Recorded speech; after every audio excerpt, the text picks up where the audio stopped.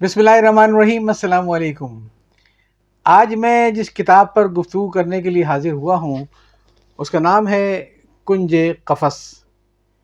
یہ کتاب تحریر کی ہے جناب فواد حسن فواد صاحب نے، جو بنیادی طور پر ان کی شاعری کا مجموعہ ہے۔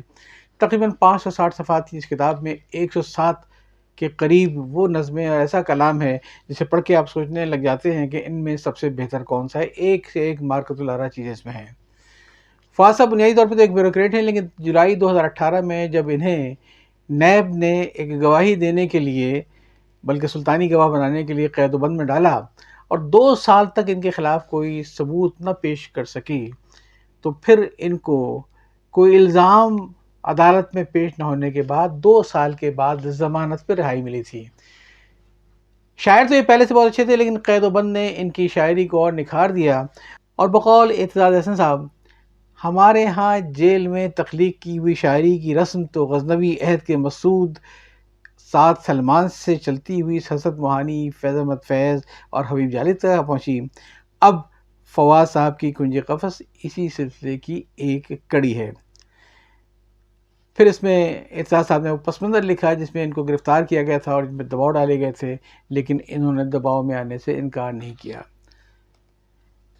اسی طریقے سے اس کتاب کے بارے میں حامد میر صاحب لکھتے ہیں کہ فواد حسن فواد کی یہ کتاب دراصل اداسی سے امید بھری مسکراہٹ کی طرف سفر کی ایک کہانی ہے جو غزلوں اور نظموں کی صورت میں لکھی گئی ہے۔ یہ کہیں آپ بیتی لگتی ہے، کہیں جگ بیتی، اور کہیں لہجہ نرم ہے اور کہیں گرم۔ اس لہجے کی انفرادیت اس کی سچائی ہے، اور سچائی کی خوبصورتی اس کی سادگی ہے۔ حمد باری تعالیٰ کا پہلا شعر ہی خوبصورتی اور سادگی کا نمونہ ہے۔ اگر کبھی وہ ہمیں کچھ سزا بھی دیتا ہے، کریم ایسا ہے اس کی جزا بھی دیتا ہے۔ حامد میر صاحب یہ کہتے ہیں کہ امیر شہر کوئی فرد نہیں بلکہ انداز فکر ہے۔ یہ انداز فکر اس طبقے کا ہے جو وطن عزیز کے اصل حکمران ہیں۔ فواد حسن فواد بار بار اس حکمران طبقے کو للکارتا ہے، پھر اپنے آپ سے وعدہ کرتے ہوئے کہتا ہے کہ تمہارے عہد کو عہد عذاب لکھوں گا، میرا یہ عزم ہے عالی جناب لکھوں گا، کہوں گا کلمہ حق جو بھی ہو اس کی قیمت، 1000 طرح سے آئیں عتاب لکھوں گا۔ اس کتاب میں بے پناہ خوبصورت نظمیں اور بے پناہ خوبصورت غزلیں موجود ہیں، اور سمجھ میں نہیں آتا کہ اس میں سے کون سی نظم کا یا کس غزل کا انتخاب کیا جائے۔ 107 کے قریب اس میں نظمیں موجود ہیں، 260 کے قریب اس کے صفحات ہیں۔ میں نے منتخب کی ہیں 2 نظمیں، میرے بیٹے علی منیر نے منتخب کی ہیں اپنی پسند کی 2 نظمیں۔ پہلے تو ہم اس کی آواز میں اس کی پسند کی 2 نظمیں سنیں گے، اور اس کے بعد پھر میں آپ کو اپنی پسند کی نظم سناؤں گا۔ علی منیر نے جو نظم پسند کی ہے اس کے بارے میں جناب نجم سیٹھی صاحب لکھتے ہیں، فواد کی وہ نظم جو اس نے اپنے جوان بیٹے کے نام لکھی ہے وہ واقعتاً ہمارا دل توڑ دیتی ہے۔ یہ وہ نظم ہے جس میں وہ اپنے بیٹے کو نصیحت کرتا ہے کہ وہ اپنے باپ کے نقش قدم پر چلنے سے باز رہے، ظلم اور ناانصافی کے خلاف کھڑا نہ ہو، اور ایک اچھی اور بہتر دنیا کے خواب نہ دیکھے، کیونکہ یہ ایک کار لا حاصل ہے جس کا انجام دکھ اور اذیت کے سوا کچھ بھی نہیں۔ سانحہ یہ بھی ہے کہ اس کی یہ نصیحت ہی ہماری پرانی اور نئی نسلوں کی ناامیدی اور بیچارگی کی عکاس ہے۔ اور اس کے بعد علی منیر آپ کو اپنی پسند کی دوسری نظم سنائیں گے جس کا نام ہے خون ناحق۔ یہ دراصل جو سیالکوٹ کے اندر ایک حادثہ ہوا تھا جس میں سری لنکا کے ایک شہری کو مرڈر کیا گیا تھا، اس پہ جھوٹا الزام لگا کے، اس بارے میں بہت ہی خوبصورت نظم ہے یہ۔ میں نے جو اپنی پسند کی 2 نظمیں آپ کو سنانے کی منتخب کی ہیں اس میں ایک ہے 5 جولائی 2018 کی، جو ہمارے نظام احتساب اور نظام عدل کی صحیح عکاسی کرتا ہے۔ 5 جولائی 2018 جب فواد حسن فواد صاحب کو گرفتار کیا گیا تھا صرف ایک گواہی کے لیے، اور انہوں نے جھوٹی گواہی دینے سے انکار کیا۔ بہت خوبصورت نظم ہے، اسے سنیے گا۔ اور دوسری نظم جو ہے وہ مجھے بہت پسند آئی، وہ ہے کورٹ روم۔ وہ بھی میں آپ کو سناؤں گا تو آپ کو کورٹ کا سارا ماحول معلوم ہوگا۔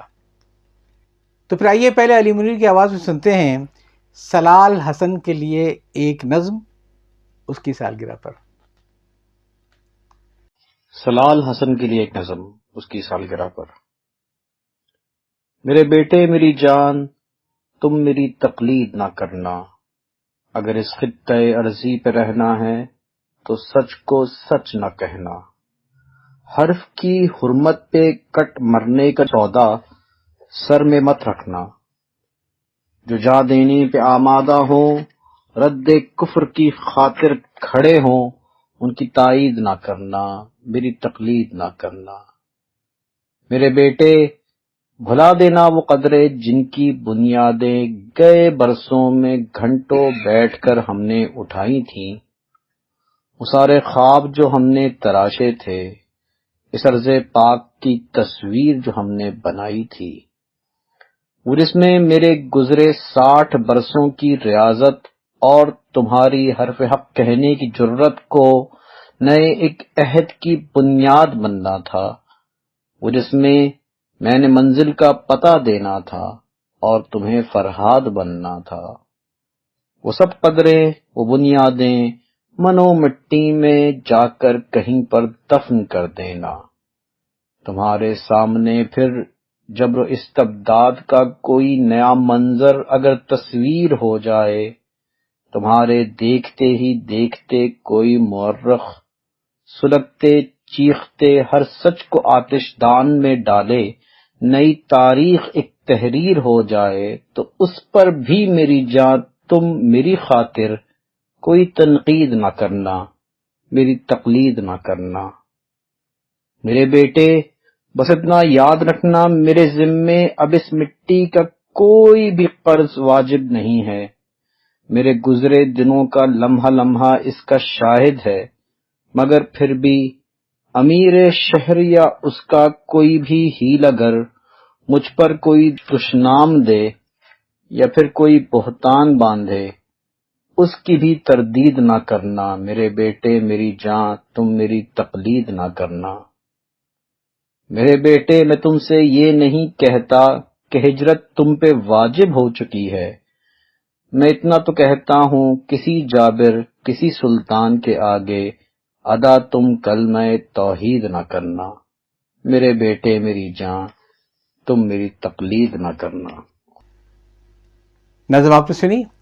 اب میں آپ کو علی منیری کی آواز میں ایک دوسری نظم سناتا ہوں جس کا عنوان ہے خون ناحق۔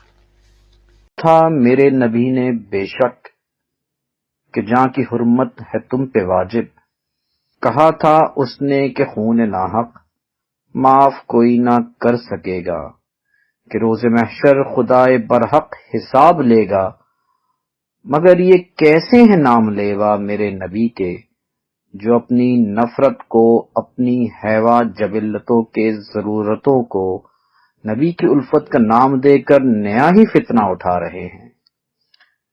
کہا تھا عمر خطاب نے بھی، فرات کے آخری کنارے پہ مرنے والے نحیف کتے کی جان کا بھی حساب ہوگا، وہ جن کو دنیا میں حاکمیت کا اذن ہوگا انہی کو دینا جواب ہوگا۔ مگر یہ کیا ہے، یہ کیسے حاکم ہیں جو ہر ایک پل میرے خدائے بزرگ برتر کے نام نامی کو بیچتے ہیں، میرے نبی کی وراثتوں کے امین بن کر غریب شہر وفا کو ہی آزما رہے ہیں، میرے نبی کی ریاستوں پر نقیب بن کر ہر ایک لمحہ، ہر ایک لہجہ صلیب نفرت اٹھا رہے ہیں۔ یہ کیسے وارث ہیں ممبروں کے، جو علم اور آگہی کے سارے سبق ہی یکسر بھلا رہے ہیں۔ میرے خدایا، یہ کیسا اسرار روز و شب ہے کہ جس نبی کو جہاں میں رحمت بنا کے بھیجا گیا تھا، اب ہم اسی کی خاطر کسی کو زندہ جلا رہے ہیں۔